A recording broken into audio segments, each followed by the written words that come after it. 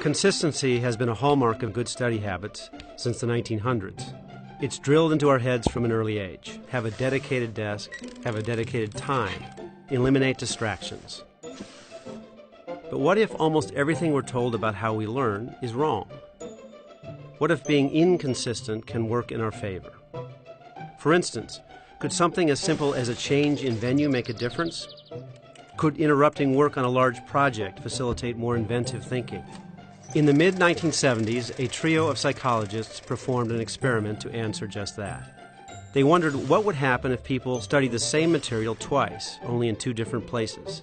To test this, they presented a group of students with a list of 40 four-letter words like ball and fork. All of the students were given 2 10-minute study sessions, but half of them studied in the same dimly lighted, cluttered room for both sessions, while the other half studied in 2 different rooms, the cluttered one and a neater, brighter one across campus. In the last phase of the experiment, researchers had the students write down as many of the study words as they could in 10 minutes. The difference in scores was striking. The one-room group recalled an average of 16 of the 40 studied words. The two-rooms group recalled 24. A simple change in venue had improved the students' memory by 40%. But it isn't just where you study or practice. How you do so is also part of the environment. Think about it. Writing notes by hand is one kind of activity. Typing them is another. The same goes for studying while standing up versus sitting down versus running on a treadmill. In the end, it doesn't matter which aspects of the environment you vary, so long as you vary what you can. Despite what traditional advice tells us, when it comes to learning, it's consistency, not change, that is limiting.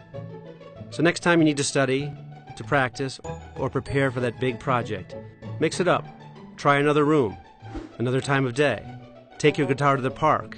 Change coffee shops. Switch practice courts. Read in silence and with music on. Why? Because each alteration of your routine further enriches the skills being rehearsed, making them more accessible to you for a longer period of time. That's the soul of real learning, after all, to carry the skills and the knowledge with you, available when needed, no matter the environment. How We Learn by Benedict Carey. On sale September 9th.